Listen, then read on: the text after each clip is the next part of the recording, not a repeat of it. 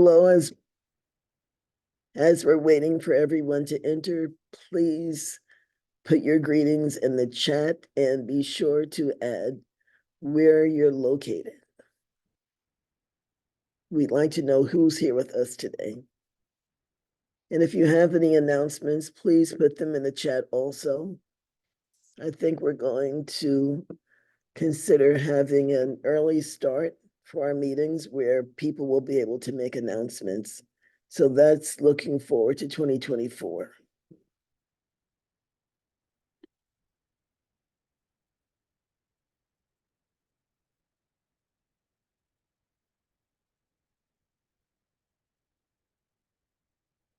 It's so good to see so many of you.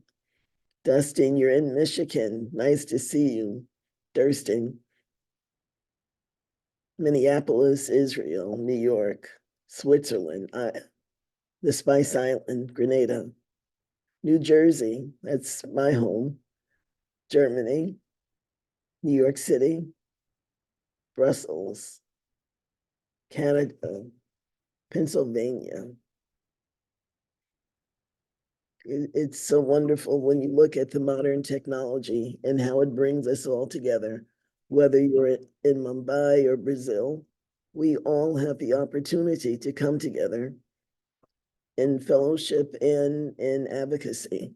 So we have Trinidad and Tobago, Zonta International, New Rochelle is in the house, Canada, Switzerland, Washington, D.C., Miami. It's just wonderful to see so many people. Thank you for being with us.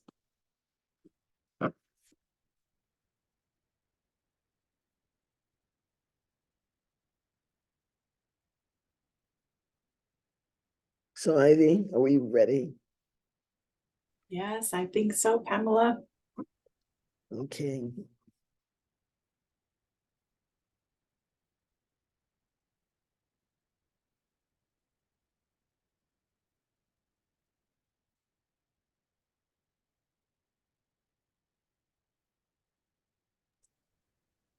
Pamela, did you want to do? Yes. Okay.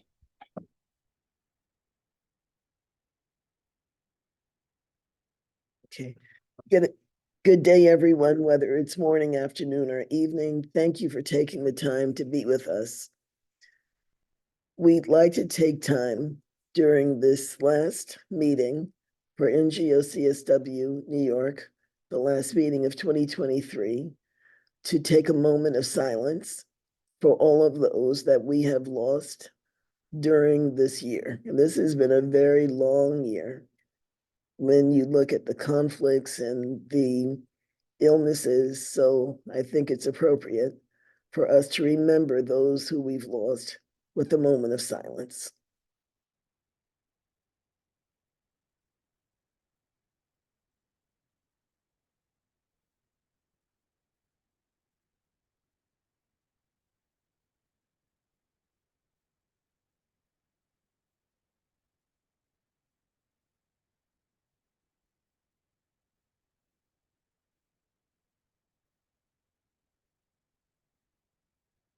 Thank you.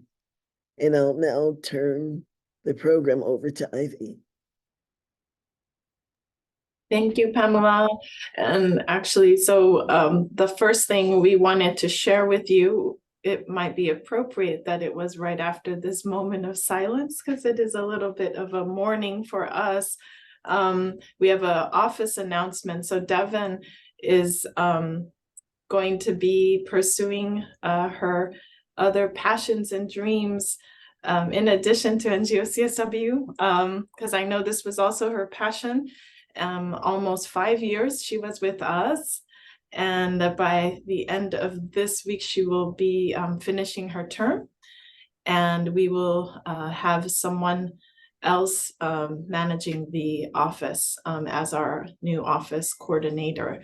And so once that person is confirmed, we will be sure to let all of you know, but wanted to share the news with you because I know probably each one of you have interfaced with Devin at one point or another with your parallel events. And we really, really, really thank her and all of her contributions over the years. And yes, I can't say good. So, I mean, I can go on and I can't. So I'll stop there.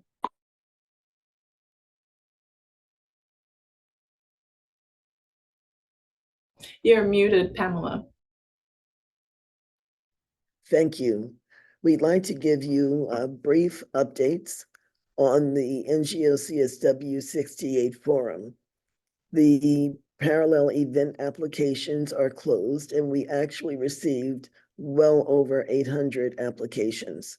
So we are going through the process now of reviewing them, and the decisions should be out by the January 8th. The artisan fair applications are now open, and they will be closing on the 19th of January. So if you are an artisan or if you have an artisan collective, please put in your applications. We also have applications for exhibit booths and handbook ads. So, and they're going to be phenomenal this year with our new platform that we're going to introduce to you shortly.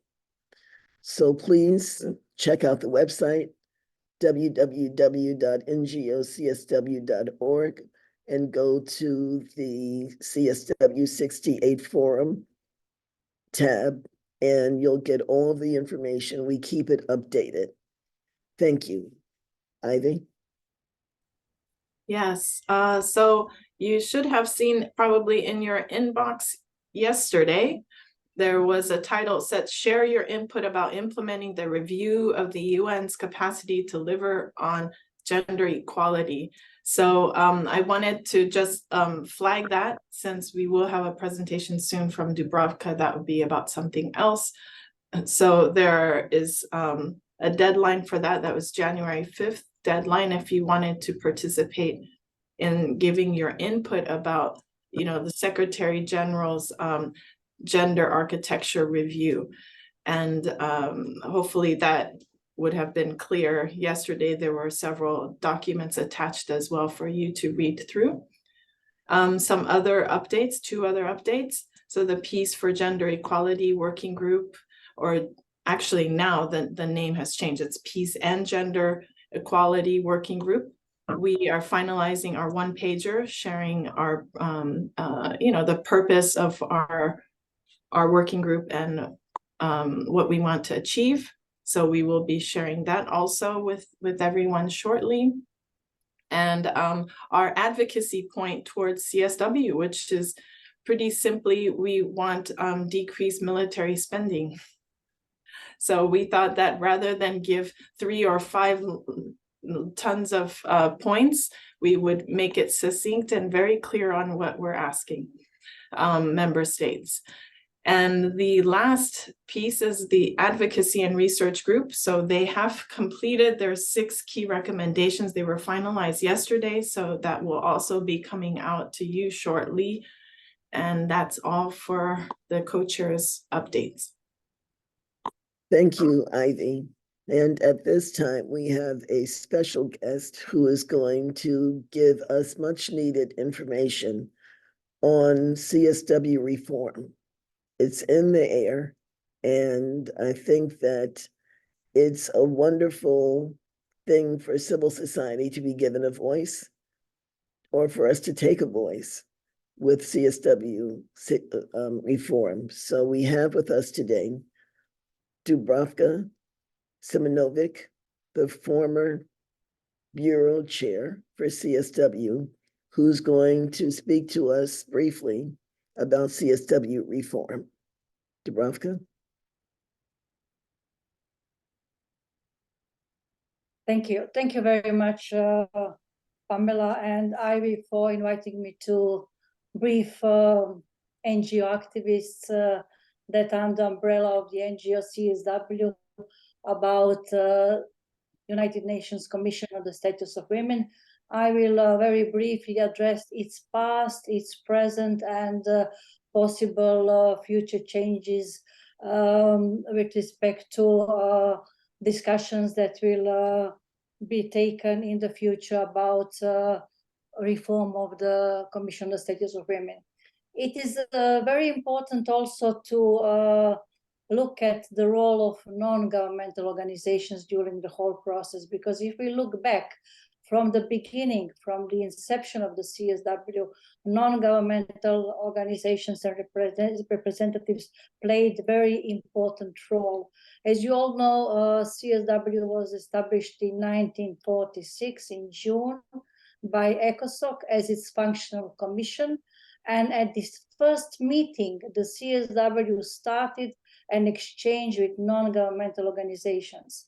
It is also important to look at the mandate of the CSW, because at the first official meeting of the CSW, Commission was seeking amendments to its mandate in order to include implementation of the principle that men and women shall have equal rights. What is implementation-oriented mandate, looking at implementation side.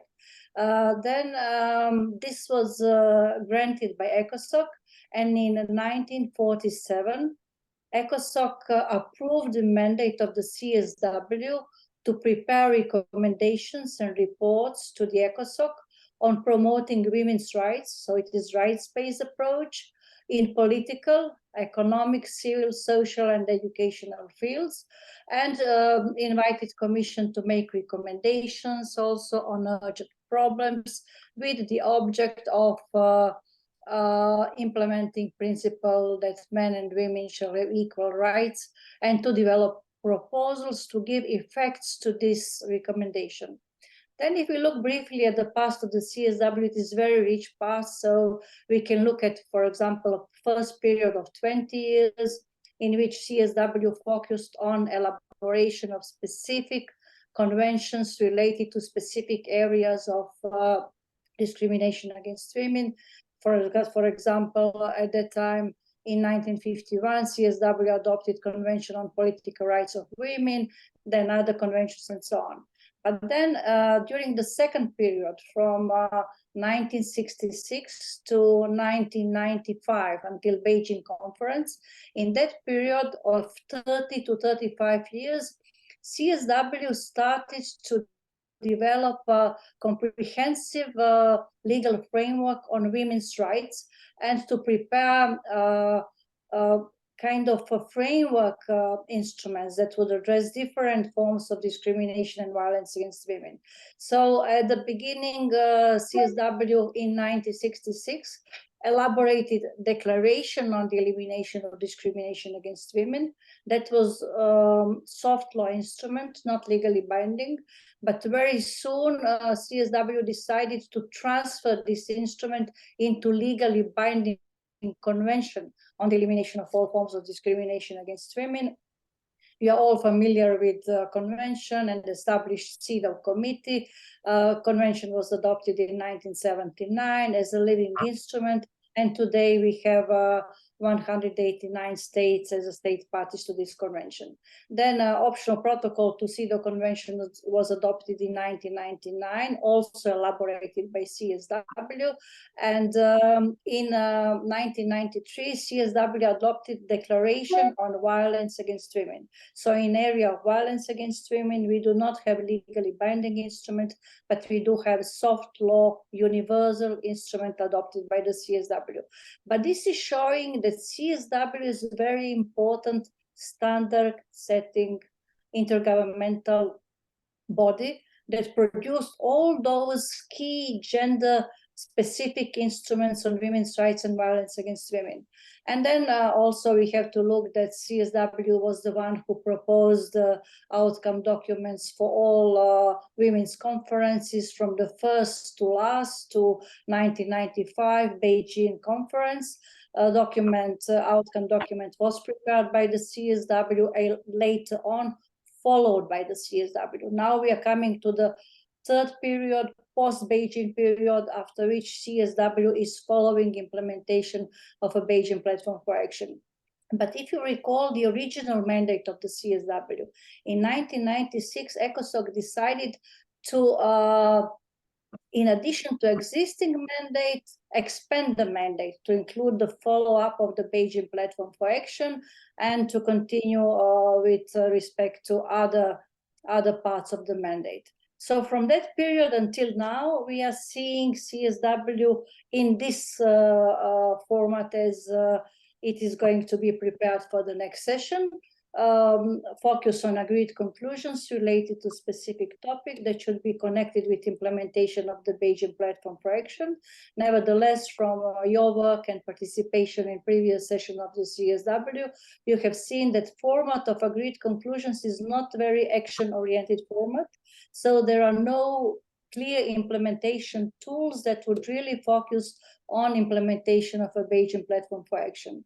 Then also every 5 years, Commission CSW is doing review process, Beijing +5, Beijing +20, 25, and is going to be Beijing +30, in which review of implementation of the whole platform should be done, but only in the year 2000. After the first 5 years, we had a full review document, and in that outcome document, the idea was to have time-bound targets, measurable goals, and clear targets what should be achieved. For example, by year 2005, it was predicted that states should abolish all discriminatory laws.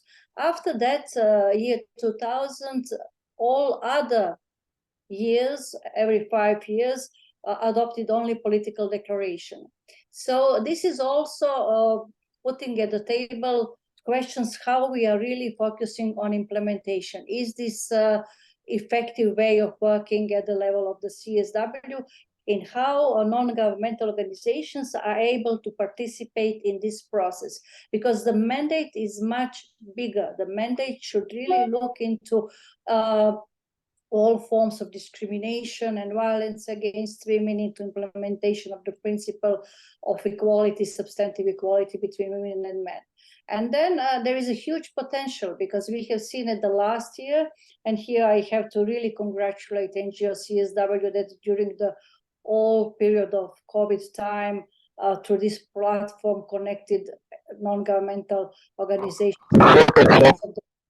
they were able to participate online, but also in at the session of the CSW, those that were able to attend the session.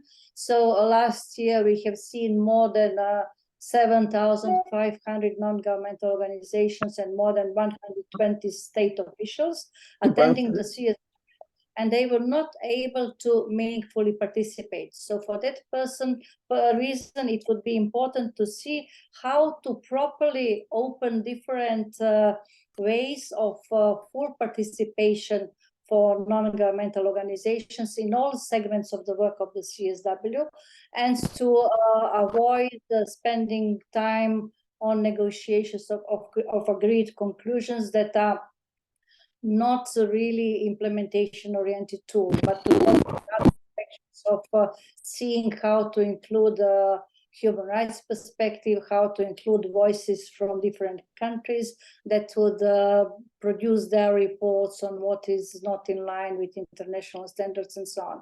For that reason, there are many things at the table. Yes, and it would be important to seek views from non-governmental organizations. That would be all. Thank you so much for giving us that information.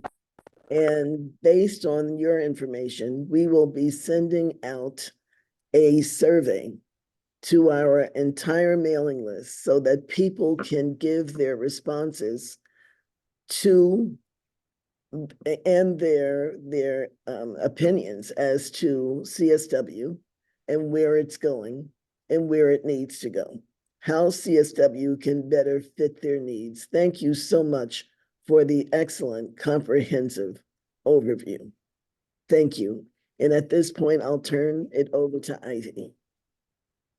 Yes, thank you very much, Dubravka, for really taking time to explain this to all of us, and how important it is that we do consider the reform of the CSW, and that civil society does need to raise our voices around this. And so please look out for that survey. That's survey number 2. I did mention yesterday we did send out something, and this is another opportunity to input.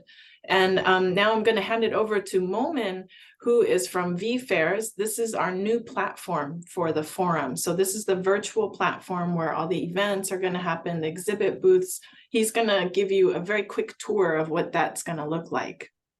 I hope you enjoy it. Hey. Thank you, Momin. Yep, no problem. Thank you so much for having me today for this training. Hello, everyone. My name is Momin. I'm from VFairs. So let me just quickly share my screen and let me know when you see it. Okay. Can you see my screen? Yes. Perfect. So for this year, we have a portal for this NGO CSW 60-year forum, .vface.com. So when you access this forum, you will land on this landing page, this portal. And over here, you will see different, you will be able to see a different navigation. We have home button, we have about section, we have FAQs, we do have register button for this event and for the login button. Let's suppose if you would like to register for this event, you face any issues, first we can discuss about that. You will always reach out to this technical assistance email ID, would be listed in the top right corner, or you can get a live assistance over here from this help section. If you face any issues, you just click on this icon, you would be redirected to this area, you will mention your issue and the live support would be assisting you accordingly. And if you would like to have any other information, there would be a contact email ID would be listed over here. If you would like to if you would like to know about any information about this event, you can reach out to this email ID and they will be able to assist you accordingly. Now we can see how we can register for this event. So you would be able, you just have to click on register now. And you will be redirected to this registration form. And over here, you just have to add all the information accordingly, the first name, last name, email. I'm just going to use my dummy information over here. The organization, the age, the gender, the region, the country, and the question, is this your first time? Yes. And then you just have to click on save. Once you click on save, you would be redirected to this thank you page and you will be able to receive a post confirmation email over here. Now, how we can log into this event? We just have to click on this login button. You will see a pop-up. You just have to mention an email ID which you have used while registering for this event. Right now, you can see there's a timer going on. After 3 minutes, you will be able to log in into this event. Once you click on login, enter your email ID, you will land on this exterior lobby. I've already logged in with my test email account. So once you log in into this event, you will land on this exterior lobby. After that, you just have to click on this enter. Once you hit on this enter, you would be redirected to this interior lobby, to this home page. Over here, you will see different navigation. At the bottom, you can see there is a logos are rotating. Right now, we just have added the NGO CSW logo over here, but moving forward, you would be able to see a different logos would be rotating according to the sponsors. Now you can see we have different navigations over here, the forum agenda, parallel events, virtual exhibit booth, handbook ad sponsors, resources, and some other navigations at the top navigation bar, swag bag, information desk, and lounge. First, we can see the forum agenda, parallel events. When you click on that, you would be redirected to this 3D auditorium area. Over here, you would be also be able to see at the bottom, different logos would be scrolling. But now how we can access to the parallel events and forum agenda, you just have to hit on this main screen. Once you click on it, you would be redirected to this area where you're able to see all the groups are mentioned according to the dates. Right now, we have added the dummy sessions in each of the group. But on the given day, you will see, like moving forward in the month of January, when we populate all the sessions listed over here. So you would be able to see all the sessions listed over here according to their groups. March 10 would be populated where all the session going live and in-person session listed over here. Now, on the live day of the event and prior to the event as well, you can create your own schedule. You would be able to see at the bottom my schedule option. Now, how I can create my own schedule. You can see there is an add my schedule option. So I can create my own schedule. I just have to enter add this session into my schedule. I'll just move on to the next one tab, the March 13th, add this one as well. And then if I go to my schedule, you would be able to see these two sessions listed over here. So on the live day of the event, you don't need to search it out according to the title. You can create your own schedule prior to the events. On the live day of the events, you just have to go to your my schedule. You can see the timer is going on over here. Once the timer will be over, you would be able to see the join button pops up over here. Just hit on the join button and you can join the session accordingly. And you can also add your sessions into your calendar as well. And once you hit on that icon, you would be able to see the calendar buttons. You can, let's suppose you're using a Google Calendar, the Apple, or a Microsoft, you can add it accordingly.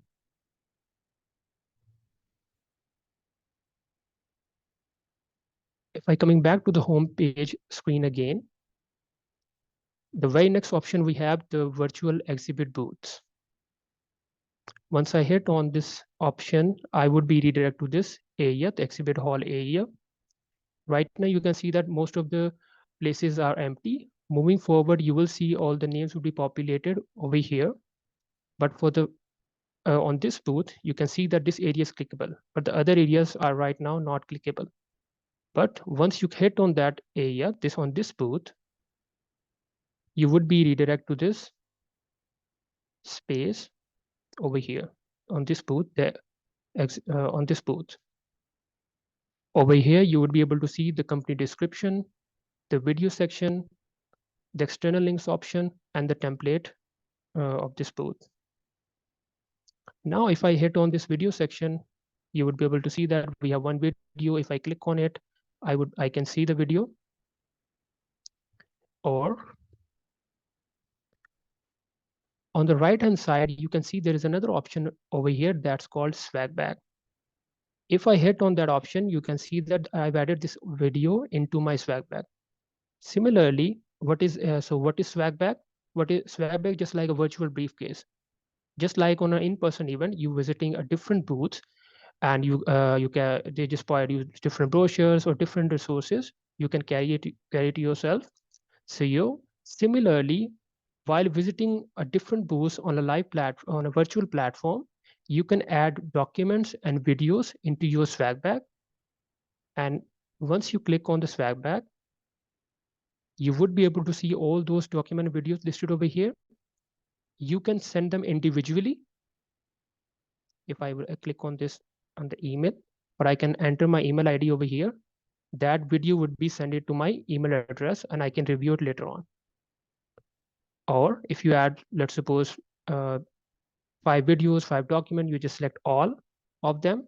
And at the bottom, you can see that email button. You just hit on that email button and you can enter your email ID and you can send all the resources to yourself.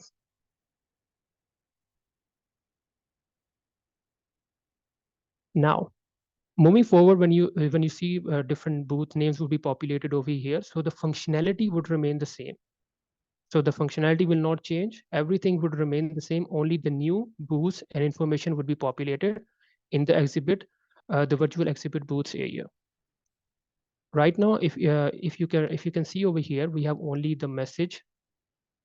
Email us. The option would be populated over here. If you click on it, if you hit on it, you would be able to see your first name, last name, and email ID will automatically populate the information.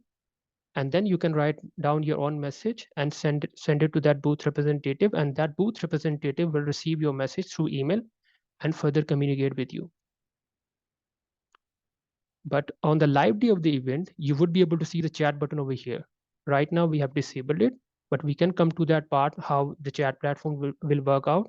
So we'll understand how this booth chat will work on the live day of the event.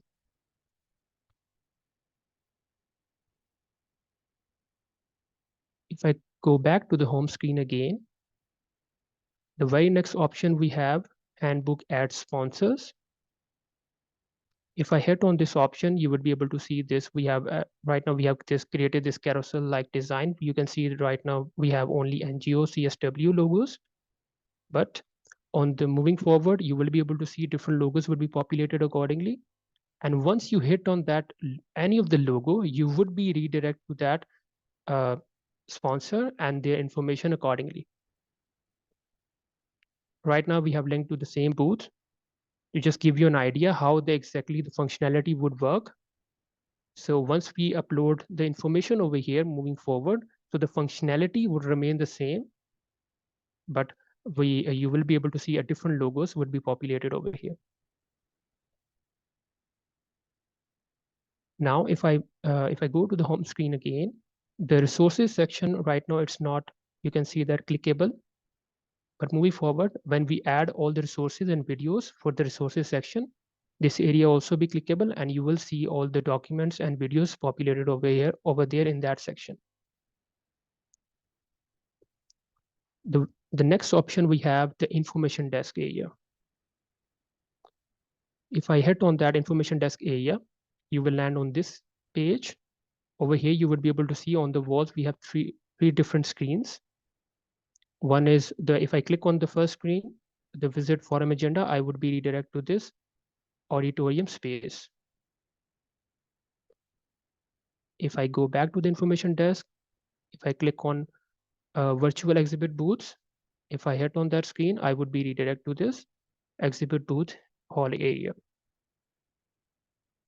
In the middle, you would be able to see there's a technical support chat room. The area is not clickable, but on the live day of the event, there would be a technical support. The live support would be available in the public chat room. So if you face any issues to the platform, if you're facing any issues to the while visiting a booth, you can always reach out to us into this chat room area, and we will assist you accordingly. If I move on to the lounge space now, so in the lounge space, we just like have a networking area. On the left-hand side, you can see the description, how this lounge chat would work out. And on the right-hand side, you will see different tabs would be listed over here. Now, if you just hover your mouse on these tabs, you'll see that these tabs are not clickable, but the very first tab, the networking tab, is clickable. Once you hit on that networking tab, you would be redirected to this networking chat room.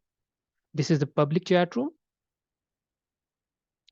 and everybody can see each and every, if you send a message over here, everybody can see those messages, or they can reply to your conversations accordingly. Okay, let me just get rid of this.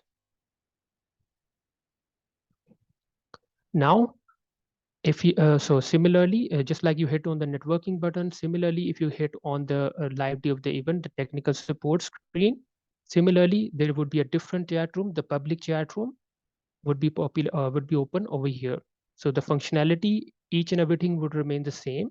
Similarly, if you hit on the booth chat room, that chat room would be open over here, and that's a separate chat room, separate public chat room.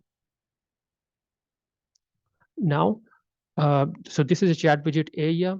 Now I can explain you about how this chat, different settings we have available for this chat widget.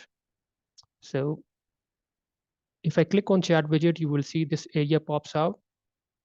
And let's suppose if I would like to close this chat widget, you can see that in the extreme right corner, we have this dash-like icon. When I hit on that icon, the chat widget would be closed. If I hit on the chat button again, the widget will be open again. Right next to that, we have a question mark like icon. Once I hit on that, I would be redirected to this troubleshoot guide. So there is a best practices are available. So you can also resolve the issues at your end as well. If you're facing if you see that this issue is listed over here, you can go through this one and you can resolve your issue. But we also be available in the live support chat room. You can reach out to us as well. Right next to that, we have a bell-like icon. Once I hit on that, I can see there is a notification pop-up comes out. We can see there are two options that is already checked. One is enable notification for direct messages, enable notification for all chat room messages. Let's suppose on this lounge, you would be able to see we have different tabs listed over here. You have joined 10 different chat rooms, and you can see that the conversations are going on and you're receiving multiple notification sounds, and that sound is really annoying for you. So what you're going to do, you just have to uncheck this box, and moving forward, you would be able to receive all those messages, but the notification sound you will not be able to hear. And that restriction will apply in all of your chat room globally. But how we can restrict the chat room individually, we can see that setting later on. And similarly, for the direct messages means the private messages like one-to-one conversations. So if you would like to mute those conversations, you just have to uncheck this box. Now, if I would like to expand the chat widget, I just have to click on this expand option. The chat widget would be open in a full screen. And if I would like to compress it, I just have to click on again. The widget would be comes out to its original position again. The next option, we have a contact card, download contact card. We can come to that part later on. Now we can see the further options we have available in that chat room. So right next to that, we have another bar where we can see the chat room name. And to the right hand side, we can see there are 3 dots. This is the settings for this particular chat room. Once I click on it, I would be able to see the first option, notification. So that's how we can restrict the notifications from here. So if I just uncheck this box, it means I'm not able to hear a sound from this chat room. So if I receive any, let's suppose 10 new messages, I can see it that but I'm not able to hear any sound for this chat room. The next option we have the chat room users. If I click on it, I would be redirected to this area where I can see Bootstrap online section and online user section. I can see myself listed in as an attendee in online user section, and all the event admins and Bootstrap admins would be listed under Bootstrap online section. Now, if I click the settings again, I can set my own text color as well. By default, if you send a message, we can see the text color would be black, but I can also change my text color to any of these colors that is mentioned over here: red, green, blue, orange, and yellow. If I click the settings again, the fourth option available, we have the invite users. If I hit on that, if you would like to invite any of the users, that maybe your colleague, if you would like to invite them, you just mention the 4 letters, the characters. The system will find out that user and give you the options, and you just have to click on it and invite it into this chat room.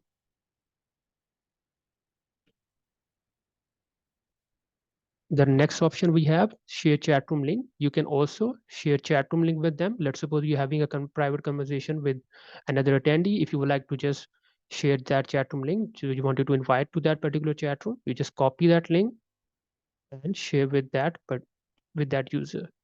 So once that user hit on that link, they would be joined that particular chat room.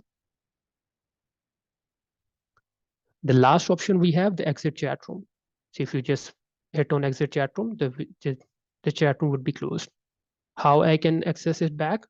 I just have to go to the lounge, click on the networking button again, and the chat room would be open again. Let's suppose you are having a conversation and you just accidentally close the chat room. So that's totally fine. You just hit on the chat room again, or maybe you just click on the private conversation again. All the previous conversation would remain there.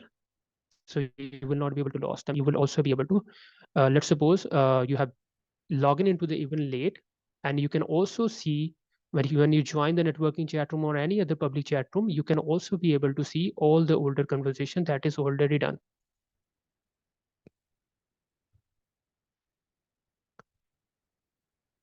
Thank you so much, Momin. I know we have so much to cover on this platform. we will have other training sessions for everyone as well to go into like really details. Is there anything else that you think everyone should be aware of? Yep, I think we have covered most of the settings. Only the contact card functionality left. So if you want, I can cover it, or if you want, we can arrange a different training session and then we can cover Yeah. it. On. Yes, we will have another training where it goes more into detail, and we'll open for question and answers for that training. But this was just giving everyone a taste of our platform. I hope everyone likes it. We think it's so cool that it's like 3D and 2D, but it's still streamlined and simple that we hope that you understand, and we're very proud of, you know, that you know, you can enter into the church center, you know, in the beginning they customized all of that. So yeah, we thought it's pretty cool. So thank you, Momin, for all of that. And we will definitely, of course, call you back for more trainings another time. Thank you. No problem. Thank you so much. Yes.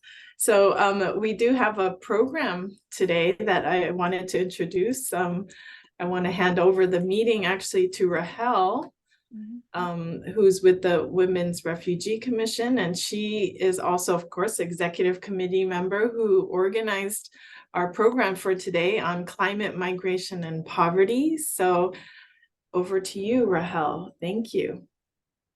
Thank you, chairs. All protocols observed. Welcome, everyone. I am very honored to share this space with you today and lead the program for our discussion on climate, poverty, and forced migration. We have a quick video clip that we wanted to kick off the session with. Devin?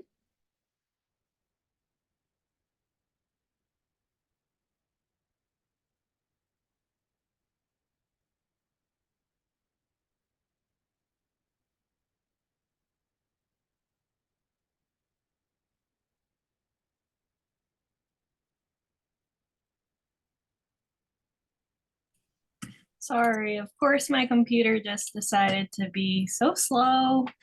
No worries at all. Well, if we can get it to work.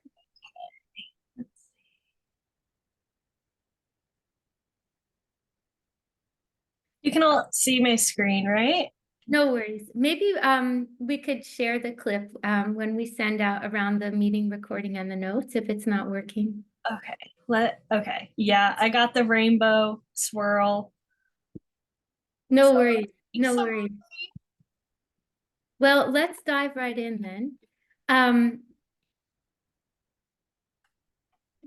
So CSW 68 is happening in the context of unprecedented climate change, sudden onset climate-related disasters, escalating wars, and increasingly complex, protracted humanitarian crises.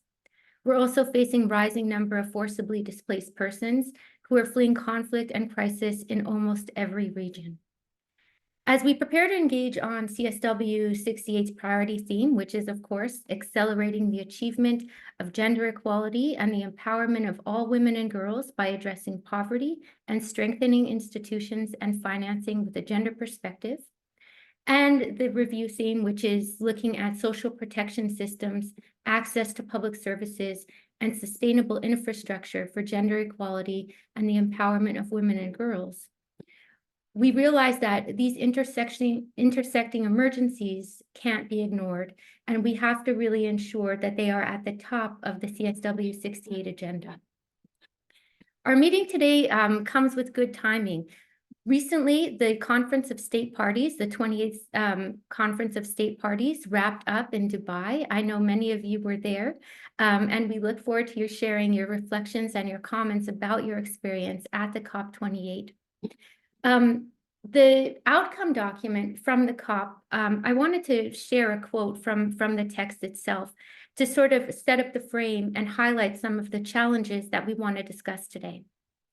So in the declaration, the parties state that they are, quote, alarmed by the disproportionate and intersecting effects of climate change, conflict, fragility, and humanitarian crises on women and girls, children and young people, Indigenous peoples, local communities, people with disabilities, older persons, and on refugees, other displaced persons, and their hosting communities, among other populations. They go on to say that they're deeply concerned that global efforts to build climate resilience are insufficiently tailored to the specific needs and challenges of the people, communities, and countries who are most affected by fragility or conflict. Yet this outcome declaration only contains that single reference to refugees and forced migration, and the gender dimensions of the climate emergency and the disproportionate impact of climate-related sudden onset disasters on women, girls, and historically oppressed populations require greater attention and immediate action on the part of not only the UN and high-level decision makers, but also through our efforts here among civil society and among the feminist and women-led coalitions that we all represent. So we are honored today to have 4 incredible speakers who are leaders in research, programming, and advocacy on gender, climate, and poverty. And before I introduce the speakers, we have a quick poll that we want to share with you. Devin?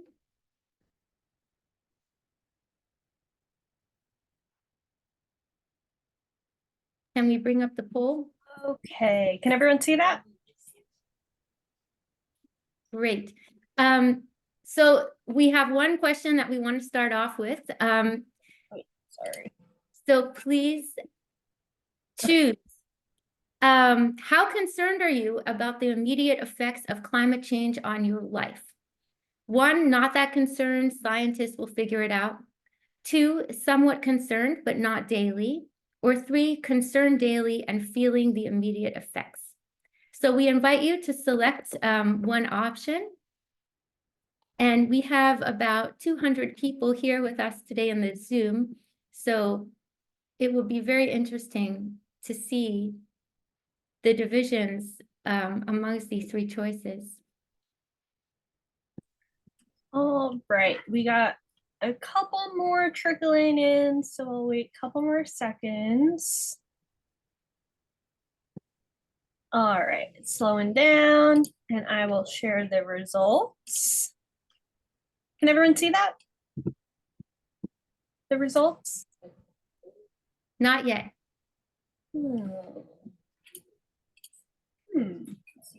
Oh, we can. All right, so we have 41%. So 0% said they're not that concerned. 41% said they're somewhat concerned, but not daily. And 59% said they're concerned daily and feeling immediate effects. As expected, these are very interesting results. So I would like to go ahead and introduce all of our speakers at once, and I invite them to please turn on their camera or give a little wave so people can see you. And then we'll get straight into the program. First, we have Toni Ann Vanell Stewart. She is the Humanitarian Affairs Officer and Gender Specialist in the Gender Unit at the United Nations Office for the Coordination of Humanitarian Affairs. Toni is a gender specialist with almost a decade of experience in gender affairs, refugee protection, and humanitarian action. Prior to her current role with OCHA, she had experience in UN RWA in Lebanon and in international humanitarian organizations in Jordan and Iraq. She has also worked with UNAIDS and with women's rights organizations in Geneva and New York. Toni, you can give a little wave, perhaps. We are joined also by Barbara Wachter, who is a gender specialist in the UN Office for the Coordination of Humanitarian Affairs, also in the Gender Unit. Barbara is a gender specialist, and in her role, she works to ensure that gender equality and the empowerment of women and girls is integrated into OCHA's core mandate. This includes supporting field offices and implementing OCHA's gender policy and action plan, representing OCHA in interagency gender equality forums and processes, and contributing to their policy engagement and their intergovernmental processes, notably at the Security Council, in the General Assembly, and in ECOSOC. Barbara was also the lead author and researcher of a recent OCHA policy brief and a full-length discussion paper on the gender dimensions of food insecurity with a focus on the Sahel and the Horn of Africa. And she'll be diving more deeply into that with us today. We're also joined by Lippy Rahman of Badhaban Shango in Bangladesh. Lippy is the co-founder and executive director of Badhaban Shango and has served as its general secretary on the executive committee since 2015. She's a leading women's rights advocate and an Acumen Fellow. And a little bit about her organization. Badhaban Shango is that works for lower caste Dalit women in Bangladesh. They also work extensively with single mothers and female-headed households, with women who are separated, widowed, or divorced, with religious minorities, girls and adolescent women, including those who are in early and forced marriages. They operate as a federation, and Lippy is also my dear colleague on the Women's Peace and Humanitarian Fund Board and Feminist Humanitarian Network. Last but not least, we are joined by Ruby Haj Naif from Syria. She is a Women Deliver Young leader who works on innovation, research, and foresight at the Solferino Academy. And her focus is on youth, working with youth across the Red Cross and Red Crescent network to implement projects and initiatives that are gender responsive and youth inclusive. She is an MPhil scholar with the Prince Al-Walid bin Talal Center of Islamic Studies and the Wolf Institute at the University of Cambridge, where she specializes in women's organizations and peace building in the Middle East. She's currently also a consultant and an advocate for refugee women and access to justice. So with that, I'd like to first turn it over to Tony to kick off the conversation. Thanks so much, Rahel, and thanks so much for everyone for joining. I want to say that this is such an important discussion, and really thanks for inviting us to be able to share on behalf of what OCHA and the humanitarian system has been doing and how we're working to address the gender dimensions of climate change, migration, and poverty in humanitarian action. So as some of us might already know, it is estimated that 80% of those displaced by climate change are women. Right? So not women and children, but women. So we need to center this discussion around the needs, the priorities, and the skill sets of women, which is intrinsically linked to the heightened level of feminization of forced migration. In addition, women and girls continue to disproportionately bear the brunt of these crises. They have less access to resources and opportunities, and that impedes their ability to have early recovery and livelihoods, and that limits their access to financial tools and limited participation in economic interventions. So with this backdrop, and especially considering how humanitarian crises are changing, right? We're seeing a different paradigm of emergencies where we have more and more crises that are becoming protracted in nature, the growing devastation of climate change, climate-induced emergencies, and the lingering impacts of COVID-19, which is being coupled with the shrinking humanitarian funding space globally. So it's clear that as humanitarians, as the humanitarian system, we need to do things differently. And doing things differently, having a different approach, a different modality, means that we need to have different partnerships. We need to have different tools, and we need to work to center gender in humanitarian solutions. So in this brief, I will share with you all what is OCHA's updated policy on gender equality and women's empowerment. So you get a sense of how we center women and girls in humanitarian action. And also I'll highlight some of our modalities, our innovative ways of working to address these concerns and how they intersect and are related to climate change, poverty, and migration. So just to start, OCHA has 3 key commitments to promote gender equality in humanitarian action. And we do this in order to support the system's uptake of a gender responsive approach in emergencies. So the first being driving robust gender analysis. And we do this to inform the humanitarian action and ensure that it includes, gender expertise to emergency contexts. And how we're able to do that is that the ISC, and on behalf of OCHA that hosts with NRC, the GenCap project, we have in the past year deployed about 16 senior GenCap advisors to humanitarian emergencies, and they have supported the humanitarian system to think about ways of ensuring that there's a gender lens in our humanitarian needs overview, in our humanitarian response plans, and our interventions.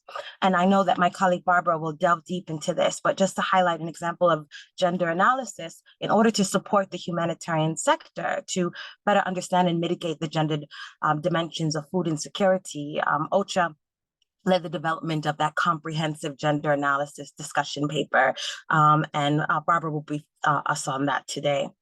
Second, for our key commitments is promoting the meaningful participation of women and girls, and also women-led organizations in humanitarian decision-making processes. So what does that look like? That looks like having women-led actors that are part of our humanitarian country teams, that are part of our ICCGs, that are able to inform directly our senior humanitarian decision makers on what should be the priorities, what are the needs and sentiments of women and girls. And helping to shape that space.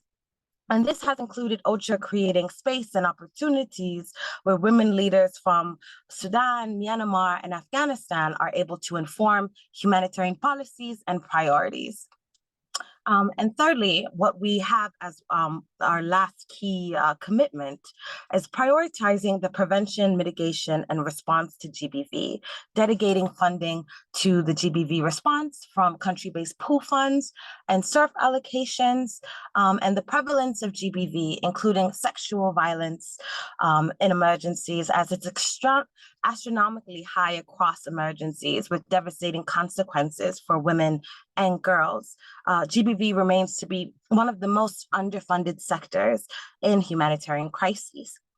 So as funding for GBV interventions continue to be chronically underfunded, and only a fraction of humanitarian funding goes directly to women-led organizations, to address this shortfall, the type of pooled funds that are hosted and run by OCHA, such as the Central Emergency Relief Fund, known as SURF, is working to ensure that at least 30% of SURF funding goes directly to gender-based violence and is subgranted to local women organizations and women's rights organizations.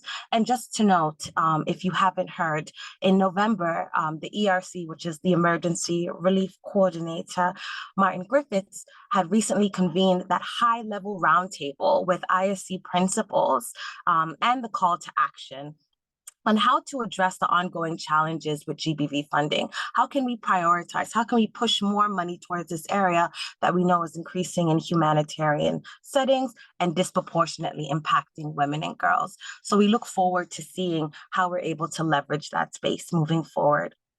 And before I close, I just want to note two important approaches that I want to bring to your attention, and hope that you will be able to hold us to account as we work to implement them, to make sure that they're gender responsive. I'm not sure if you guys have heard of this, but I hope you have. The first one is the ERC flagship, and that's being piloted in South Sudan, the Philippines, and Colombia, with the focus of providing people-centered solutions for humanitarian context and empowering humanitarian leaderships, the humanitarian coordinator and his team, as an opportunity to strengthen accountability to affected people, and in particular to strengthen accountability to women and girls.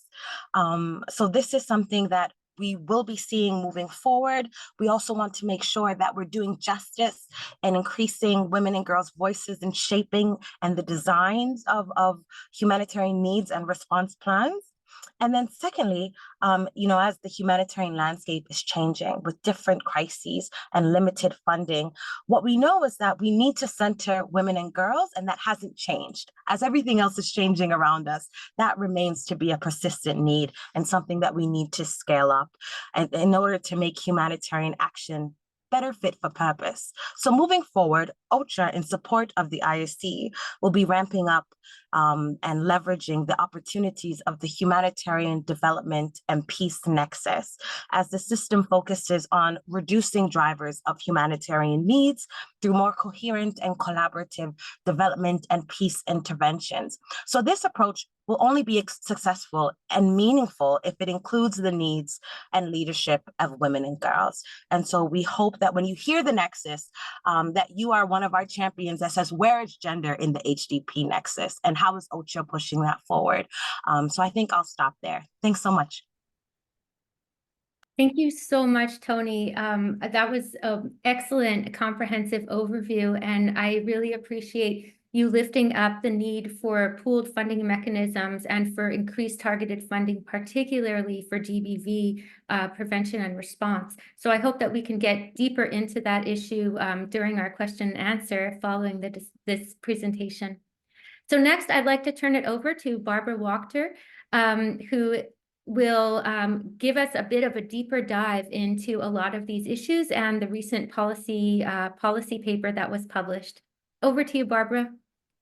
Thanks so much, Rahel, and thanks so much for inviting me and us to join the panel. It's a pleasure to be here. So as you just mentioned, and building on Tony's briefing, what I'm here to talk about more is especially the thematic priority that OCHA really has been pursuing over the last 12 to 15 months on the gender dimensions of food insecurity, including, of course, climate-related food insecurity, and what that means for us as a humanitarian sector. So against this backdrop that we've just heard from Tony, and especially, of course, in view of these increasingly protracted food insecurity crises we are facing around the world, we at the Gender Unit, about a year ago, and through all of these engagements in these various networks that we're working through and with all of our partners, we realized really that there is a plethora of evidence and research out there, academic research, but also a lot of practitioner literature on how rising food insecurity disproportionately impacts women and girls in various different ways. However, we also saw that there's a lack of kind of a comprehensive piece of gender analysis, or a desk review, of, as we ended up calling it, kind of pulling all of this emerging research trends, also a review, frankly, of how the humanitarian sector is doing on mitigating some of these gendered impacts out there. And so we kind of looked at this gap and decided that we would try to pull some of this evidence together, which then led to this two-piece publication, which Rahel and also Tony already mentioned. So OCHA published in March this year a policy brief, and then that followed by a discussion paper later in the year, a couple of months ago, really looking at what we call the gender drivers, risks, and impacts of food insecurity on women and girls, obviously, but more overall gendered. And we focused on two regions that are chronically plagued by protracted food insecurity crises, namely the Sahel and the Horn of Africa, because that also gave us the opportunity to kind of look at these impacts over time and really look at a longer period of how this develops as food insecurity grows across various different contexts. So in the next few minutes, what I'd like to do, and I'll also be very happy, of course, to share these resources if Rahel and colleagues haven't already done so, but what I'd like to do is just give you a quick high-level overview of the key findings of the discussion paper, kind of the different chapters, encourage you to delve deeper, of course, because of the limited time, and also just share a couple of key recommendations with you, because, and I just want to underline this point, what we also really wanted to make sure with this piece of research is that it's not just another kind of paper that we put out there that we read and then, it doesn't really, we put it in the drawer and it kind of is left there, but we wanted to make it a tool for us as a humanitarian sector, for practitioners out there, for civil society to use in order to kind of take forward practical conversations on how we can mitigate some of these very direct impacts of increased food insecurity, climate change related food insecurity on women and girls. And maybe just one point actually before I delve into these concrete chapters on methodology, because as I mentioned, it is a desk review, so we're not conducting, a broad research piece here. But what was important for us is that we consult in the process with especially local women-led organizations and women's rights organizations and practitioners on the ground. And we therefore conducted a series of key informant interviews, which are kind of weaved in throughout the paper through quotes, but also through obviously informing the findings of the paper.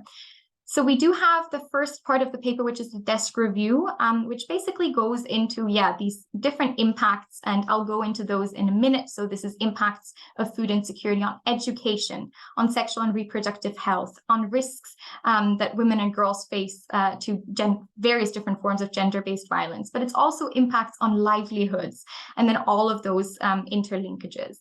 We also included a chapter on how all this links to climate change, because it can get very complicated. And of course, it's all interlinked and sometimes difficult to sort of, take apart and understand exactly how it all works together. So we kind of started approaching that topic. How does food insecurity, drought, climate change, and then the gender dynamics, how does it all fit in? We included one chapter exclusively on local resilience and mitigation strategies, acknowledging and really highlighting that, of course, there's a lot happening, how women, girls, local community groups, they're already responding to this crisis in a number of very, very valuable ways. So we wanted to really give that space, also to inform the recommendation section. And we also included a couple of kind of knowledge gaps or ideas for further research, also saying that this is really just the start and there is still much more to understand. So one thing that we kind of saw, there's a lot of literature out there, is the so-called gender gap in food insecurity. And the State of Food Insecurity and Nutrition, or the SOFI report, actually documents this annually, that even food insecurity and hunger itself is not gender neutral. What this means is that women and girls are disproportionately impacted by moderate and severe food insecurity and malnutrition. And the 2022 SOFI report, which we included in the paper, shows that we have a 4% gender gap globally between food insecure women and girls versus food insecure men and boys. And this has increased from 1.7% in 2019. So this shows us as well that the gender gap in food insecurity is growing, which is obviously an extremely alarming finding. So then when we started looking at not only the fact that women and girls face higher hunger or are disproportionately impacted by food insecurity, but as food insecurity grows, others of their rights are also impacted. So let's start maybe here with education. So what the discussion paper found, and it is very, very alarming, that's also why I put it first in this list up, is that girls have been dropping out of school at a really alarming scale and rate over the last couple of years.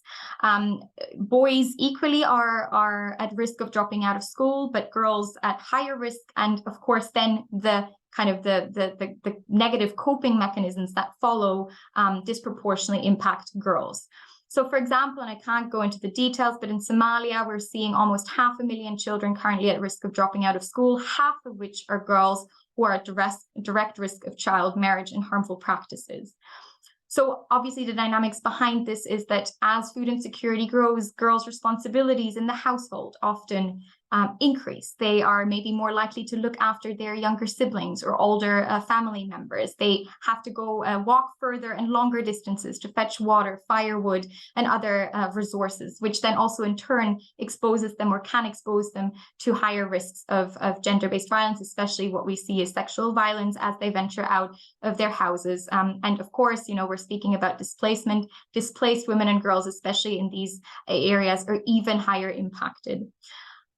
That's kind of the overarching education piece. But then talking about GBV, and I already started talking about child marriage and harmful practices, but it's really much broader than that. And the discussion paper found that almost every form of GBV that we see is prevalent in emergencies is really increasing at very alarming rates in areas where there is protracted and increased food insecurity. So that's child marriage and harmful practices, but it's also sexual exploitation and abuse.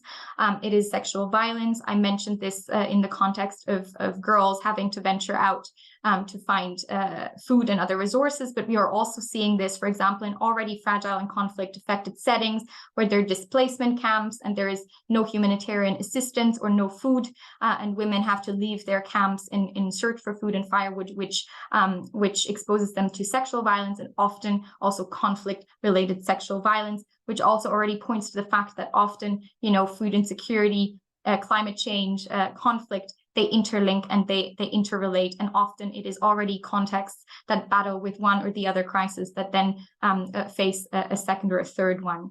And then in the gender-based violence area, of course, and Tony mentioned this as well, of course, the fact that services for GBV survivors, which are already so chronically underfunded and really limited, the fact that they're even more stretched in their ability to cope with this rising caseload is really making the situation even worse. In the area of sexual and reproductive health, this is also an area in the discussion paper that shows that there's been long-standing research on this. Of course, it's quite clear that a lack of access to food can increase health issues such as anemia or maternal mortality. And for example, just to really show how drastic this issue is, in the Western Sahel, the discussion paper shows that maternal mortality is 3 times the global rate. It's also an area that battles with very, very high levels of food insecurity and drought. And also, and that's a second point on sexual and reproductive health, we see that in food insecure communities, families and communities tend to prioritize food-related needs over women's health. So women's health get further deprioritized, which also further reduces their agency, for example, in family planning, their access to SRH services, but also their management of their menstrual health, for example. So we see those interconnections as well. And then lastly, and I just want to make this point on livelihoods and really hone in that women play really, really major roles in our food systems. And the discussion paper takes time to look at this as well and shows that in some countries, well, first of all, across the African continent and in many other parts of the world, women constitute half the workforce. And in the agricultural sector, they sometimes contribute to as much as 80% of agricultural processing, 70% of agricultural distribution labor. I could go on and cite this, but all of this to say that they have very crucial roles in food systems, yet face a myriad of harmful social norms and entrenched gender inequalities, which hinder them from accessing and controlling land, economic resources, and that in turn makes them more vulnerable to food insecurity and also to climate-related risks and sudden and slow onset disasters. So to conclude this section, maybe just to say that the discussion paper rings the alarm bells on 2 issues, and its 2 overarching findings are: first, we are facing alarming risks of profound regressions in a number of crucial gender equality gains we have made to date in those regions we see are battling with food insecurity. So we have made a lot of progress, but climate change, the climate crisis, the food insecurity crises we see, they're threatening a lot of this progress that we have achieved. And the second is that there's an increased challenge to reverse the GBV emergencies in those regions. So those are the 2 kind of overarching findings. And then just to conclude, if I may, because I did say at the outset that the paper also included a lot of recommendations, so I just wanted to make sure to mention that as well, that out of these key informant interviews that we conducted with women, civil society in some of these countries, but also with through a number of other engagements we did this year, including a workshop with Rina Galani, the UN Famine Prevention Response Coordinator, and a number of women-led organizations.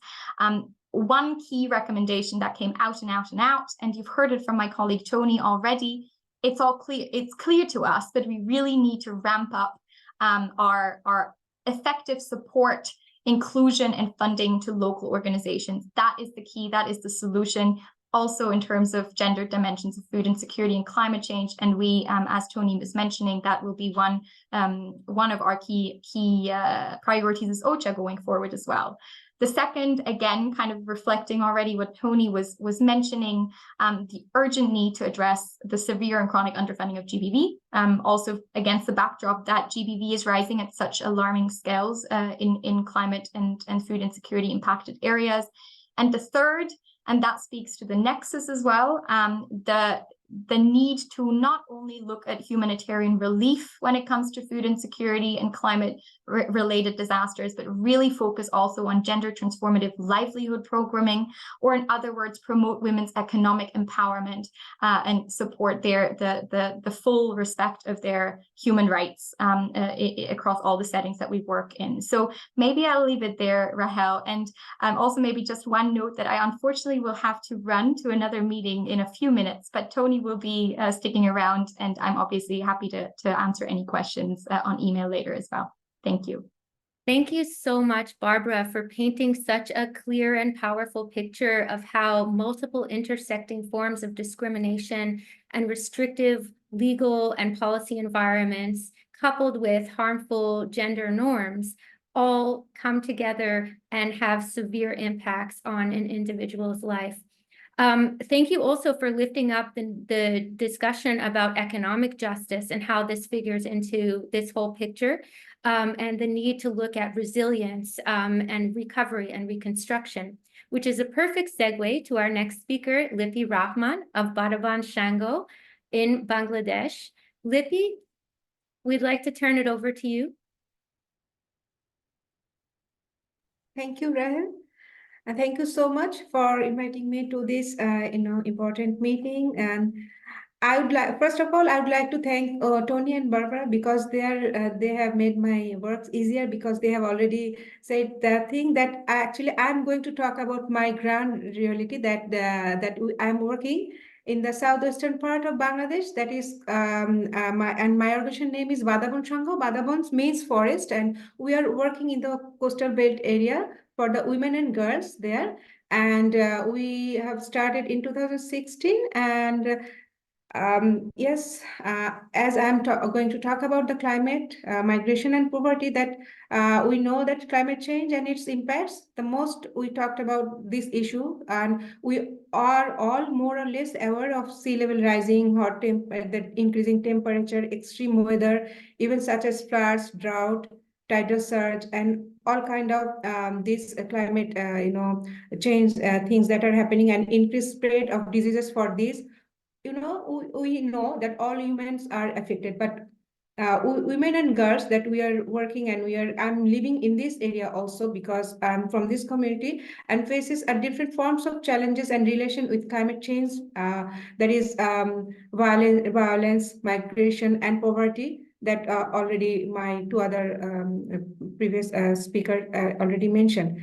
And the mostly affected that women are facing, that salinity. The sea level is rising, and the water is coming in upstream, and their livelihood is also changing, and they don't have that drinking water. And when they face this fetching this water, that girls mostly doing this, they are on the way they are bullied, harassed, and even raped. These things are happening. And also that health issues are there, that hypertension, kidney failure, and women are keeping this fresh water for other members of the families, and they're drinking this saline water mixing with the fresh water, and they're having this kind of diseases that we have found. And almost 99% women have uterine prolapses because having spending their time 12 hours mostly in the saline water. And yeah, these are the things that are happening. But what is we are going to talk about the migration and displacement. That is a big thing that is happening for the climate change, that it is high within the country, village to the city, because mostly the men are migrating and leaving the women behind with the children. And women are left and to be solely responsible for the family, and trafficking and migration are happening, because when women are with their children, and they have to take that sometimes that indecent job, because that sometimes husbands are not sending money, or they have their another family there, and they are taking care of the children. And also that not around the male members or other family members, they are getting insecure and being harassed, and they have. And also for the tidal surge and river erosion, they have to migrate from place to place, and this is also make their life more difficult. And especially among women who were victims of child marriage, often they come back to their families. We have seen that we talked about the child marriage and school dropout. And when they migrate to another city, because they have to engage to earn for their family, sometimes they are fall prey trafficking.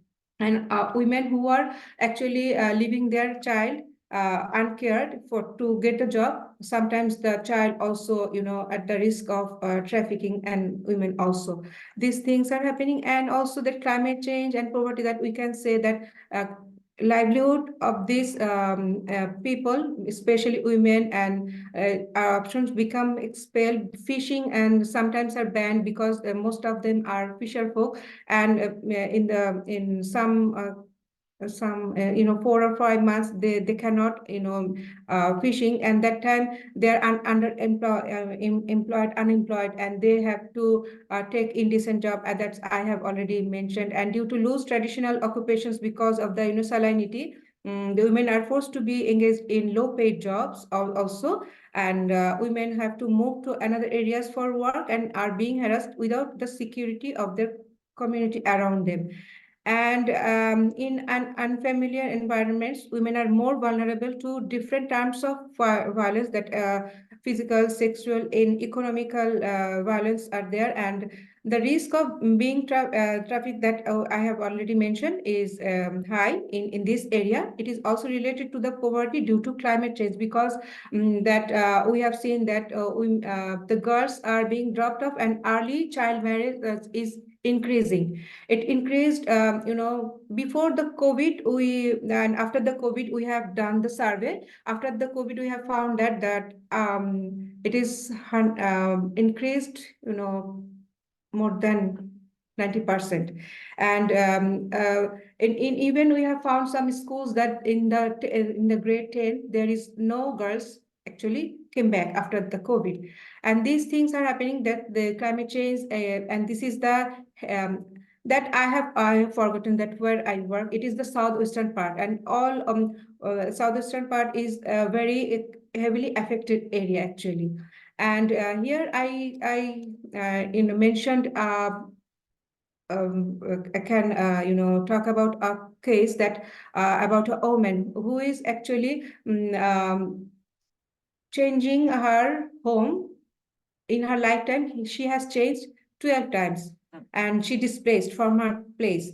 And what happened? She had to marry off her 2 daughters at the very young age, and both of them came back, and one of them died because she was pregnant, and she had to get rid of her children because her husband did not want that child, and she had to take the medicine from the local pharmacy. And she has lost her daughter, she has lost her home, she has lost her livelihood. That is what this is the case of the this area that women are facing and girls are facing. And yeah, I'm not going to talk about more, because these are that we have already talked about. That Barbara already mentioned that what we actually need to do, that yes, there are lots of there are few organizations, women-led organizations, are working for this group of women and for climate change. And we need, and sometimes they are very underfunded, because sometimes due to due diligence, because they don't have that, sometimes they need registration and to have proper and these women-led organizations, they do not have the money, they cannot hire the skilled officials. That's why they cannot proceed with these documents, and they are not they are doing the fantastic jobs, but they are doing as we are from the community, they are doing jobs in their lifetime, but they are not getting recognized in these that local women-led organizations, and also they're not in the part of the decision makings. That's what we actually wanted to give the recommendation, that these women-led organizations need to be recognized, and the community-based organization should be recognized. And that's all. I'm going to stop here now. Thank you for listening to me. Very powerful words, Lippy. And again, listen to the women who are the ones who are worst affected. Support them through direct, unrestricted, flexible, multi-year funding so that they can continue as the leaders, the experts who are at building their communities and working towards sustainability. Thank you so much, Lippy. I know that it's very late for you now. And I am so grateful to you for staying with us. I hope that you can stay with us a little bit longer for some question and answers, because You raised so many critical issues, not the least of which is how does the work that UN OCHA is doing connect with Baraban Shango, and how can we bring these different mechanisms together so that we can strengthen partnerships and lift up the work that you have already been doing. Thank you so much. Before we get to the next speaker, we have a little pop quiz. Devin?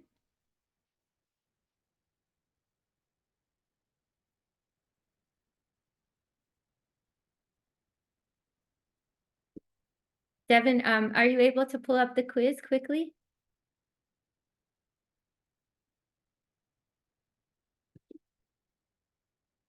If not, we can get to, oh, here we are. Okay. So we invite you to make a selection. True or false? There are more people who are forcibly displaced by armed conflict than by climate change. True or false? Please take a minute to make your selection, and then we'll share the results on the screen. All right, we're getting lots of answers, and I'll just give it another couple seconds for people to input. All right, we're slowing down, so I will share the results. Can everyone see? Not yet. Okay, so we have 30% said true and 70% said false. And the correct answer is false. The correct answer is false. Thank you so much. And yeah, so a little bit of background for that. So the UN Special Rapporteur on the Promotion and Protection of Human Rights in the context of climate change reports that an estimated 110 million people who are displaced worldwide in 2023, most of them are forced from their homes due to climate-related disasters. Last year, there were about 32.6 million people displaced, and this was due to floods, droughts, wildfires, and landslides. So there you have it. And where are the youth in all of this? You might be asking yourselves. So to present the youth perspective and to provide another country context and regional context where we see a protracted, complex crisis that intersects with climate change, that intersects with armed conflict, that intersects with all of the other challenges that we are facing. I'd like to turn it over to Ruby, who will discuss her recent work and some of her current projects. Over to you, Ruby. Hi, thank you so much for having me here. And I'm really happy to be part of this very important discussion. I just wrapped my participation at COP28. And as has been mentioned, we had the scope, a day for health, relief, recovery, and peace. And we had another day for gender, but we didn't have any day or specific theme on migration. We had like mention of migration here and there during different panels, but it wasn't a main issue or a theme that was discussed. So I think this panel is really important. So I would just like to talk a little bit about the earthquake, which is a climate-related disaster that happened in Syria. And during my participation at COP28, I work on the intersection between gender equality and climate justice. And I had this question over and over again, which is like, how is gender relevant, or why like climate change or climate disaster affect everyone? So why do you focus on gender? So I hope by telling this story about Syria and what happened to make it more apparent how gender is very relevant. So last February, we had an earthquake that hit Syria and Turkey, which was 7.7 magnitude earthquake, and it hit mostly northeast Syria. So Syria is a country that has experienced war for the last 12 years, and the area that the earthquake has hit, it has displaced people and community, and many of the people who have been displaced have been displaced not for one time, but for 2, 3, 4 times. So we had almost 60,000 people killed in the earthquake, and we had almost 2,000 people displaced because of the earthquake. However, when it came to protecting women and girls, it was the last on the priority list.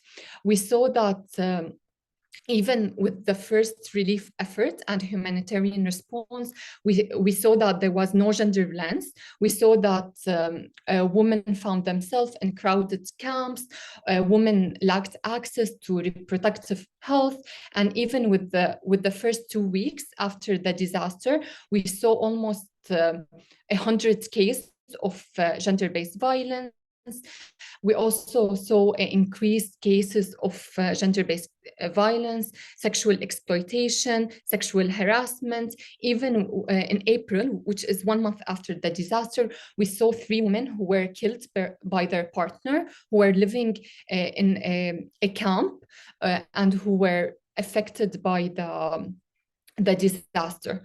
We also saw that some areas have saw increase in poverty almost to 10%, and it's correct that all the community, whether it's men or women, have been affected. But we saw also, as the other speaker have mentioned, on top of the displacement and climate disaster, women in these cases face gender-based violence, girls face child marriage.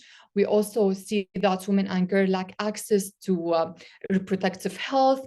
Women and girls had to walk for almost 10 minutes to find a bathroom. There was no electricity. Many women have died because of gender-based violence. We saw some cases where women died because their partner killed them because they faced sexual harassment in camps, because they were displaced because of the disaster.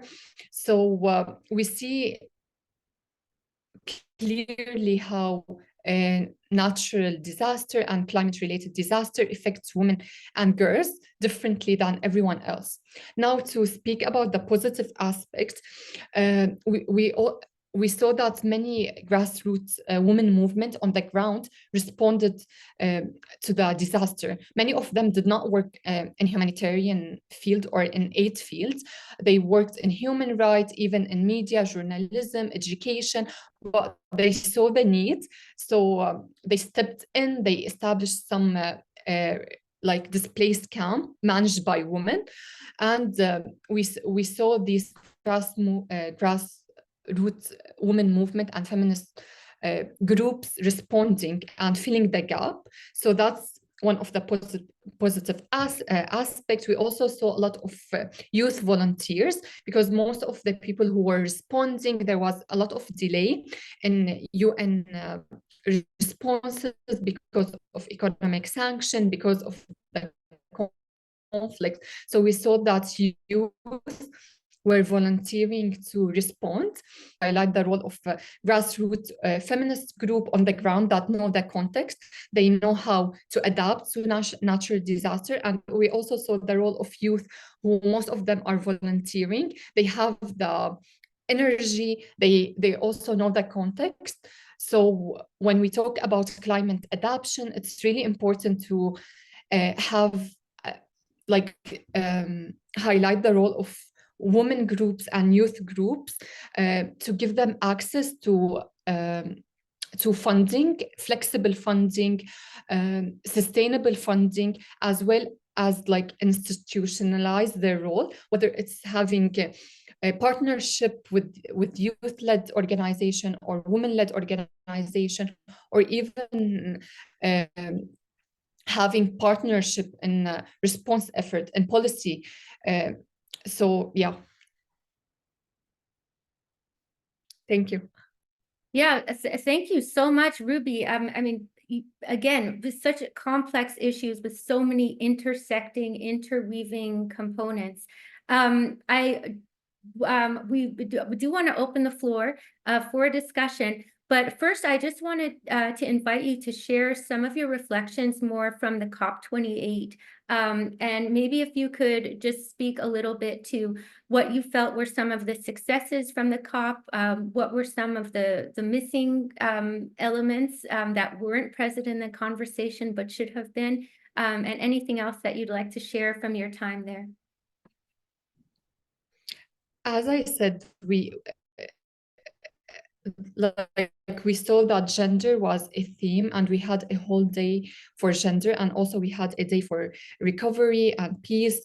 But as I said, there was no like a theme or day for migration. If you mentioned that today in 2023, almost 110 million displaced people. Their voices, duration, their perspective, their experience. And when we talk about climate refugees, we have refugees that have became refugees because of climate issues, climate disaster, but we also have refugees that have been displaced because of conflicts. And these refugees are more vulnerable to climate issues. So while we saw that there was establishment of a lose and damage fund, we saw that gender was more apparent in the agenda, but still it's really important to have an intersectional lens where we don't only look at gender, but we also look at gender and how it's intersect with other issues such as migration. So I would say that was the missing piece that needs more attention. Thank you so much for sharing these insights, Ruby. This is really fascinating. As I mentioned, we do want to open this up for an interactive discussion. But before we do that, it's time for another pop quiz. Devin?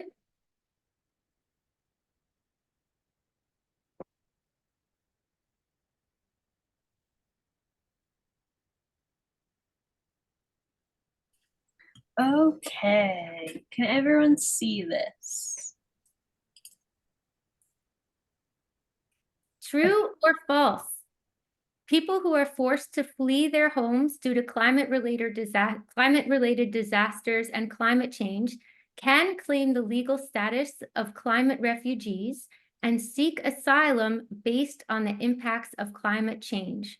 True or false? Make your selection.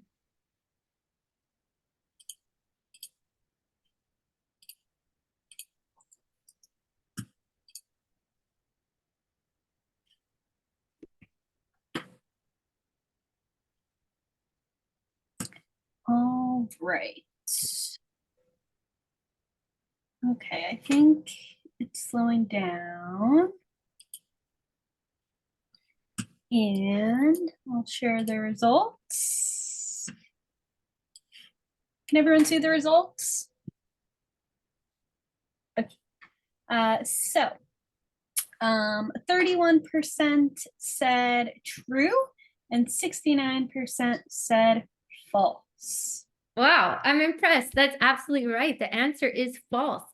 Climate migrants are not legally recognized, and they're not legally considered as refugees according to international refugee law. Media and advocacy groups often refer to climate migrants and people on the move due to drought, floods, storms, and so forth as climate refugees. But again, this is not a legal classification. This is something that we might consider putting on the table for further discussion. I know that many of our partners and constituents are engaged in advocacy around this issue, trying to get a legal recognition for people who are fleeing due to climate change, to get recognition for a legal status of a climate refugee. So now it is time for you to get ready to press your little reaction emoji. We invite you to please jump in and raise your hand. Devin and I will do our best to monitor. Again, we have about 150 people here with us, so we want to make sure that everyone has a chance to speak. So we'll please raise your hand and we'll call on you. Once again, we invite you to help keep this an inclusive feminist space. Keep your interventions brief so that we can respect the time of our colleagues. We also invite you to introduce yourself using your preferred gender pronouns and your name and the name of your organization.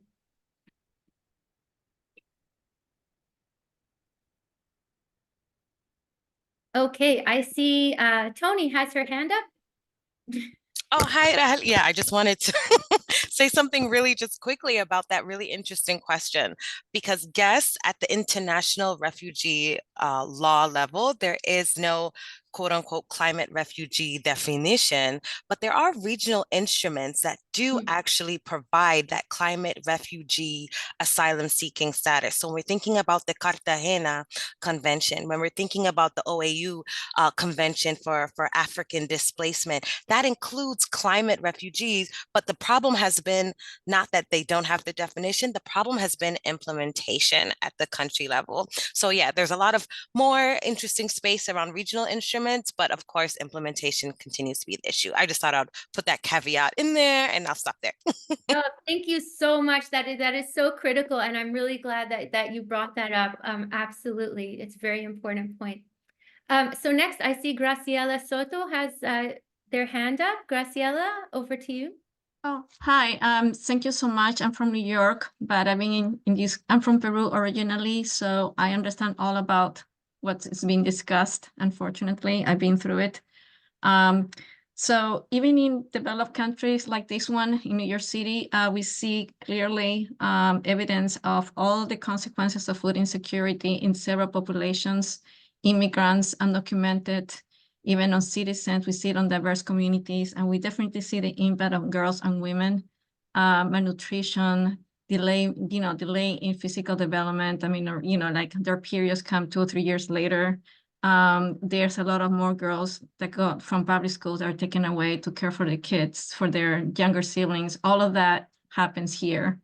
And it's kind of sad to see. The United States has a 2030 zero hunger goal like the UN, and they have several implementations in place. But I think that worldwide, as it was mentioned by several of the speakers, it needs to start with empowering women in their communities at the rural level and in their villages, which are traditionally dominated by the officials who are usually male, or the religious leaders who are men.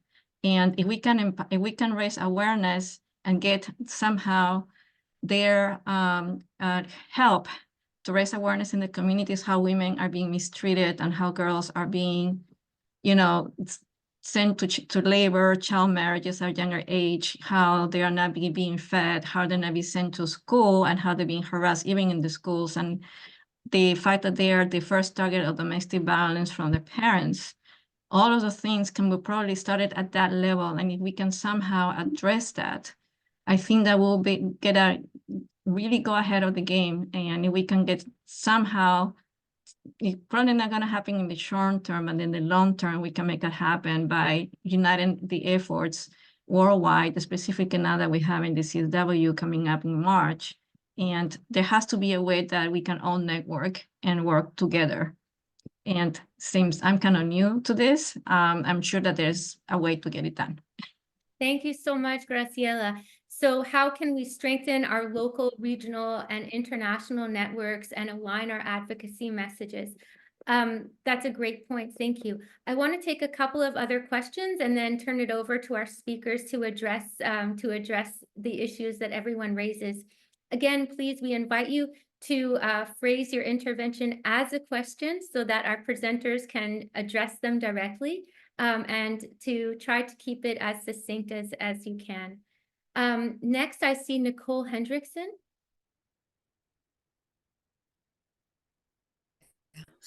Hi, everybody. So I wanted to the concern around migration in terms of possible how climate change in the global south, with temperature rising, how that is going to change the migration question, because what may happen is, to make more money, adoption agencies may then transfer persons from global south to global north. So I think the whole migration question is going to change. The whole adoption piece is going to change. How are we going to seek to change that? And also too, there's a possible brain drain connection to that as well. Thank you very much, Nicole. So to clarify, you're talking about adoption of international law or Right. adoption So because of the of fact that Global South, yeah, so sorry. So because Global South is going to become untenable for baby making in terms of both male and female, they're going to either decide to get pregnant in maybe Global North or have the baby in Global North. So the whole migration and adoption questions are going to change. Okay, thank you very much. Next on my screen, I see Lisa Burton. Please go ahead. Hi, I just wanted to point out in the north, climate is changing so rapidly here. And for the most part, our low income housing is always built on the most undesirable land. So in order for us to even think that we are going to be helpful in the future, we have to look also at future maps. You know, the floodplains are changing every day, you know, and so it's not just the migration that we are seeing now from from the south. We're losing land along the coastal centers, and that's going to increase the demand for housing. That's going to create more internal movement. It's not just going to be people from the global south. It will also be regions of North America. And I think that we're fooling ourselves if we think that it's another country's problem as opposed to it's everywhere. Thank you very much, Lisa, for raising that very obvious fact, but that is unfortunately not always so obvious to our political decision makers, that this is a global emergency and no region in the world is untouched. So it sounds like your question is how do we gain more recognition for the fact that, one, this is a global emergency affecting all regions, and two, it sounded to me like you were also raising the issue of environmental racism, and that the worst affected populations are often pushed to land that is already arid, that already has salinization of the soil, that is already sort of not ideal for living and livelihood, is, if I understood correctly, but please feel free to add more in the chat. Next on my screen, I see Quasi Baby. Please go ahead. Thank you. Thank you. This is Kazi Baby from Bangladesh, and we are working mainly, we are mainly working with the women issues, with poor women and grassroots women. So in one area, we are working urban and rural both, but in rural area, due to climate change, the temperature is rising, and due to drought, they are not able to produce any food because their only source of agriculture, and due to heavy rain, they have to suffer flood because it is flooded when the heavy rains occurs. So due to flood and due to drought, they are not able to produce any food in the agricultural land, and near about 6 months they have to sit down just ideally. So how it would be sustainable, how they will produce food in because it is not possible for them. So this is my question. So due to climate change, it is happening in one rural area in our country. So they have to suffer a lot. Thank you. Thank you very much. And I'm so delighted that we have more representation from Bangladesh. So thank you very much.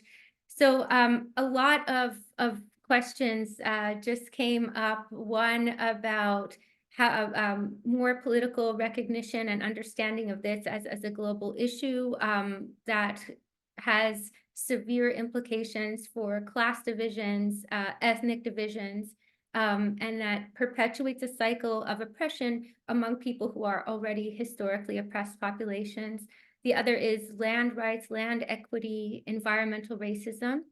And then there were some other questions that came up around, I think, legal advocacy, and then around the population implications of climate impacts. So I don't know which of you would like to take some questions first. Please feel free to unmute yourself.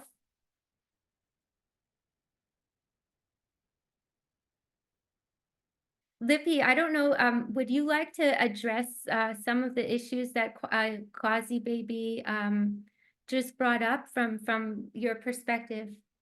Yes, thank you. Yeah, some of the questions that we have found that women are the least contributor to this climate change, effect, but they are the mostly affected people.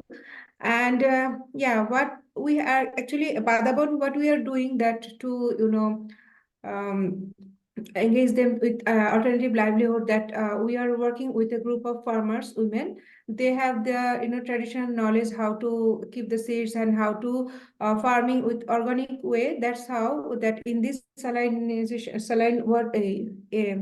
soil we are actually having conversation with these groups, and they are giving us these solutions that they are now keeping the bed, that soil bed, they are doing with this, what do you call it, sandbag and others. They are bringing this soil from other area, and they are doing that household level kitchen garden for to make some to produce some vegetables, and for this, and this is how we are actually networking with the government officials, and they are now providing trainings to these women, because when they are not earning, and if they have some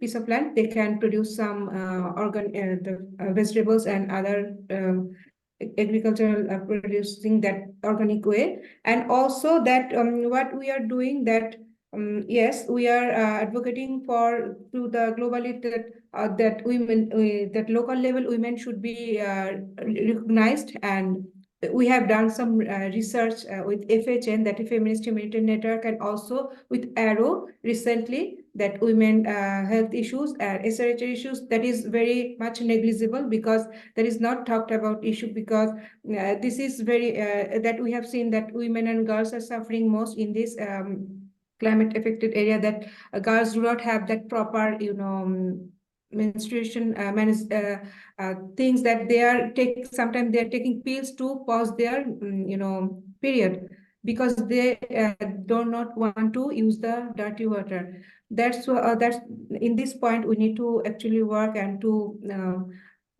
have more funds on women health issues also. That is what we are working at globally for the advocacy with other networks, because networking is a great thing, because there are feminist networks around the world, and who actually are helping the local women-led organization to amplifying their voice, and we are being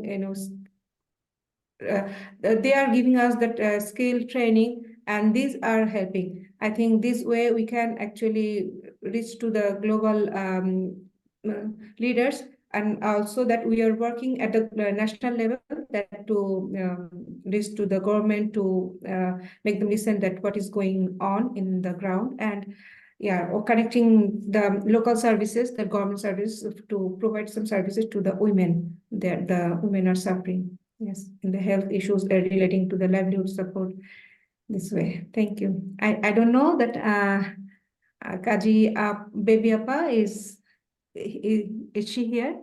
Yes, and I think they are doing the same thing that we are doing. Thank you, Appa, for raising this question. Excellent. Thank you, Lippy. Tony, please jump in. Yeah, thanks so much, Rahel, and really thanks to everyone for these really great interventions and questions. And it just feels like it's always coming back around that what we need to do is center women and girls. They need to be a part of these decision-making processes, and that's what's the missing piece. And it sounds a bit ridiculous to keep saying that, after year and after year, we're still not bringing women to the table to make sure that we are creating all of these different interventions and solutions for climate change, climate solutions, development issues, livelihoods that are centered around what women and girls say that they need. And so that is really a call to action for all of these actors, including OCHA, to make sure that we're amplifying and creating the space for women-led organizations and women leaders in general, and just women and girls that are impacted by the crisis to be able to have the space to raise their concerns and what they want to happen.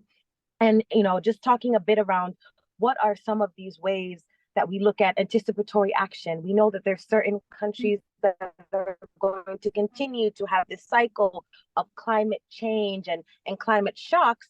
And so as OCHA is trying to work in a way to have an understanding of how can we be more proactive instead of reactive to these crises, a key concern that we continue to see is that we're not having these different anticipatory action solutions that are informed by women in the agricultural section, women that are displaced. Livelihood opportunities are not considering that women have less connectivity to digital payment mechanisms when everything is changing to cash. So we need to be able to see what are some of the gaps and why women can't take opportunities within our livelihoods and funding programming and create those connections. So one example of how OCHA is trying to do that is looking at the example of Somalia, across sub-Saharan Africa, where we're moving in a cash modality. But looking at sub-Saharan Africa, more than 38% of women across the board do not have access to their own banking accounts, and then more than 75% don't have access to digital payments. So this cash modality is of course going to have a reduced impact on women and girls, which we know are the ones that are most at risk of not having livelihoods. So we're working together with IMF, we're working together with the World Bank and with national governments to have these campaigns where they're able to increase women and girls' access to digital payments options so they can finally be able to benefit from these humanitarian schemes. So we need to have a lot of these dynamic understandings of where the gaps are, what do women and girls say that they need, and how we can meet them. So it's just, happy to have these conversations, but I really want to see more of these decision makers acting on them, because a lot of these things we already know. Yeah, thanks so much.